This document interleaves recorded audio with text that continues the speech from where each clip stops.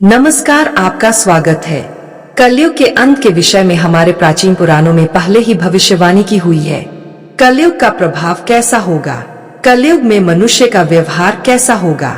कलयुग की स्त्रियां कैसी होगी? कलयुग में मनुष्य का आकार और आयु कितनी होगी? कलयुग में पाप और पुण्य की परिभाषा क्या होगी?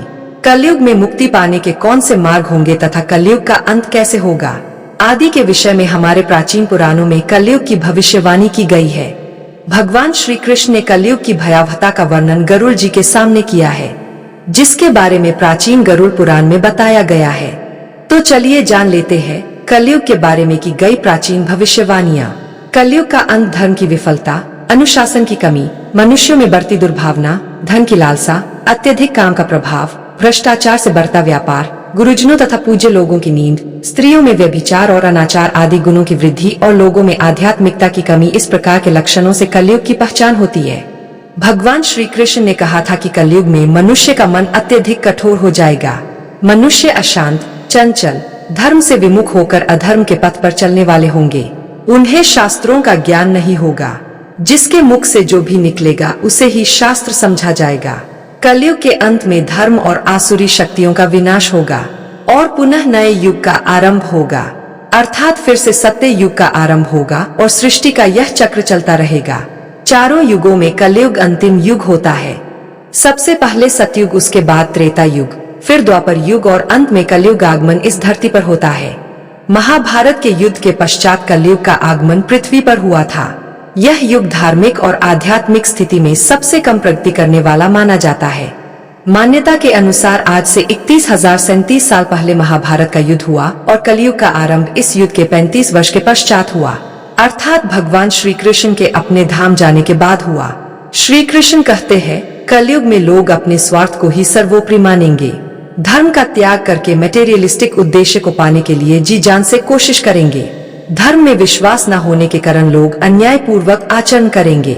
यदि हम आज के समय में देखें तो पाप इतना बढ़ चुका है, मानो ऐसा लगता है कलयुग का अंत अब निकट आ चुका है।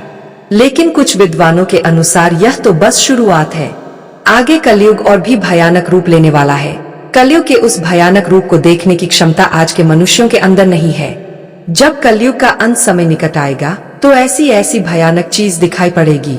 मनुष्य का रूप इतना विकृत और भयानक हो जाएगा कि वह मनुष्य कम पिशाच ज्यादा दिखाई देंगे। तो आइए जान लेते हैं गरुड़ पुराण में कलयुग के अंत के विषय में क्या कहा गया है।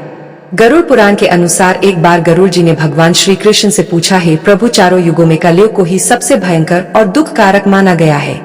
इस कलयुग का अंत कैसे होगा और कलयुग का अंत समय निकट आने पर कौन से संकेत दिखाई देंगे? तब भगवान श्री कृष्ण ने गरुड़ को कलयुग के अंत के समय मिलने वाले भयानक संकेत के बारे में बताया है।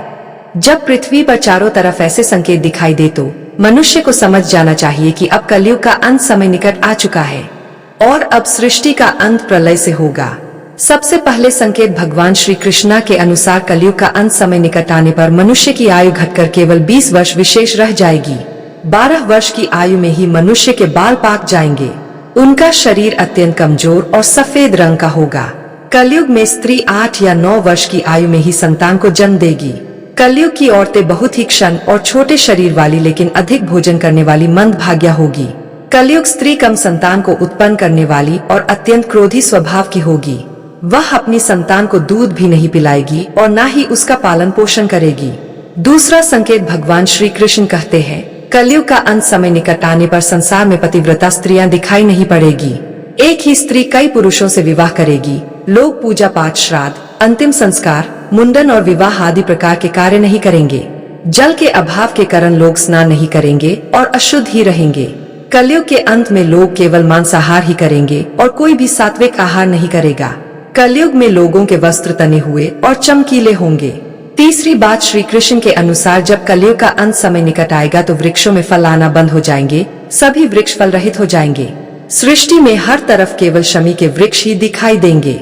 मनुष्य शाकाहार छोड़कर केवल मांस का ही भक्षण करेंगे। कलयुग का भोजन तामसिक और रोग उत्पन्न करने वाला होगा। इसी कारण से लोग जल्दी ही बूढ़े होकर मर जाएंगे।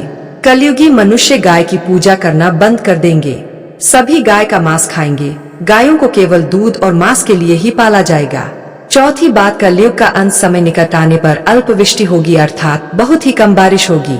खेत अनाज नहीं उगा पाएंगे, धान का आकार बहुत ही छोटा होगा और फलों में रस भी उत्पन्न नहीं होगा। मनुष्य भूख और प्यास के कारण ही मरने लगेंगे। मनुष्य को केवल बकरियों का दूध ही प्राप्त होगा। पांचवी बात, जब कलयुग का अंत होने वाला होगा तब भगवान विष्णु सूर्य के किरणों में विराजमान होकर पृथ्वी का संपूर्ण जल सोख लेते हैं। आकाश में चारों तरफ 7 सूर्य दिखाई देते हैं।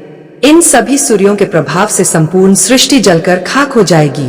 तत्पश्चात रुद्रारूप भगवान विष्णु संपूर्ण संसार को दगत करके अपने स्वास्थ्य से मेघ को उत्पन्न करेंगे और ये मेघ भयंकर गर्जना करते हुए अगले 100 वर्षों तक आकाश से जल की वर्षा करेंगे और सृष्टि की उसे भयंकर अग्नि को शांत कर देंगे। अग्नि शांत होने पर वे मेघ संपूर्ण जगत को जल में डूबो देते हैं और इस प्रकार से कलयुग का अंत हो जाता है। और फिर परमात्मा अपनी इच्छा मंत्र से पुनः सृष्टि में जीव की उत्पत्ति करते हैं। तो दोस्तों, इस प्रकार से गरुड़ पुराण में कलयुग के अंत का वर्णन किया गया है। उम्मीद है आपको यह जानकारी अच्छी लगी होगी। तो वीडियो को लाइक जरूर करें, साथ ही चैनल को सब्सक्राइब करना ना भूलें। आप सभी का धन्यवाद।